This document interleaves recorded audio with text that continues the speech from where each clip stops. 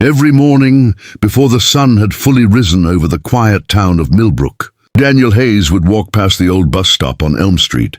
If you believe in kindness, second chances, and the power of small moments to change lives, please like, comment, share, and subscribe to Kindness True Stories. Also, tell us in the comments where in the world are you watching from. He was always tired, the kind of tired that doesn't go away with sleep. At 34, he was raising his 7-year-old daughter, Lily, completely alone. Her mother had left when Lily was barely 2, and since then, Daniel had been doing everything: cooking, cleaning, school runs, bedtime stories, while working 2 jobs just to keep the lights on. There was never enough money. There was never enough time, but somehow Daniel always found a way to keep going, mostly because Lily's smile made everything worth it.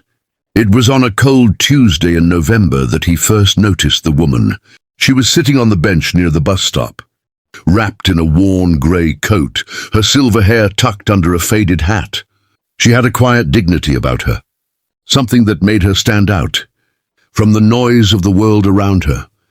Daniel hesitated for just a moment, then walked to the nearby bakery, bought an extra coffee and a warm roll, and placed them gently beside her. She looked up at him with calm, steady eyes. "Thank you," she said softly. He nodded and walked on.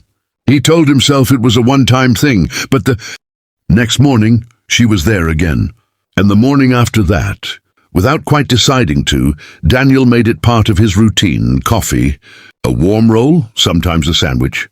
He never asked her name. She never offered it. They exchanged only a few words each day, but there was something comfortable in the silence between them.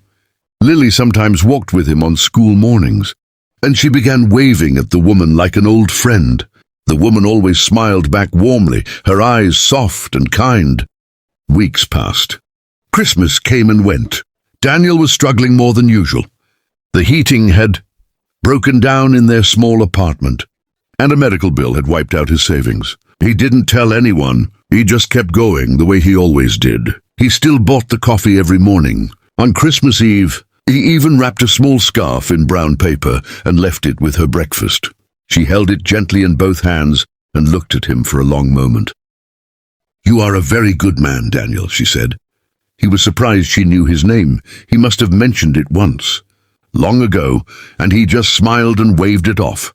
"It's nothing," he said. "Merry Christmas!" Then, one grey morning in late January, the woman wasn't at the bench.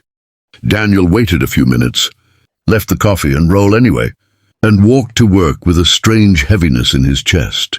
She wasn't there the next day either, or the day after. He began to wonder if something had happened to her, and the worry sat quietly at the back of his mind all week. Exactly 9 days after she disappeared, Daniel was at home helping Lily with her homework when he heard a knock at the door.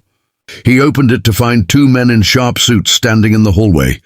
Behind them, through the window of the stairwell, he could see the street below and 3 black SUVs parked outside his building. His heart jumped. One of the men spoke calmly. "Mr. Daniel Hayes? My name is Richard Colton. I'm a senior attorney at Colton & Webb Associates. We'd like to speak with you if you have a moment." They came inside and explained everything slowly, carefully, while Daniel sat at his kitchen table, barely breathing. The woman at the bus stop was Margaret Elaine Voss, the founder of Voss Capital Group, one of the largest private investment firms in the country. She was worth over $2 billion. 18 months ago, she had quietly chosen to live without her wealth for a time, as she often put it, to see the world honestly. She had done it before, in different cities, in different circumstances. Most people, once they sensed something unusual about her, became cautious or kept their distance. A few had tried to take advantage. Daniel had simply shown up every morning with a coffee and a smile. She had left him a letter. He read it with shaking hands.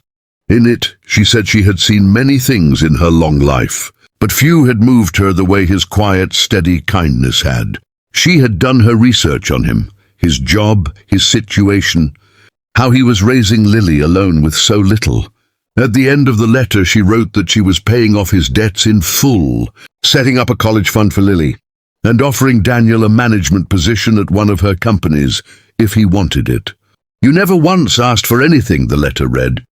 That's exactly why I want to give you everything. Daniel put the letter down on the table. Lily looked up at him with wide eyes. Daddy, are you crying? He laughed, wiping his face. A little, he said. But it's the good kind. If this story warmed your heart, please give it a like.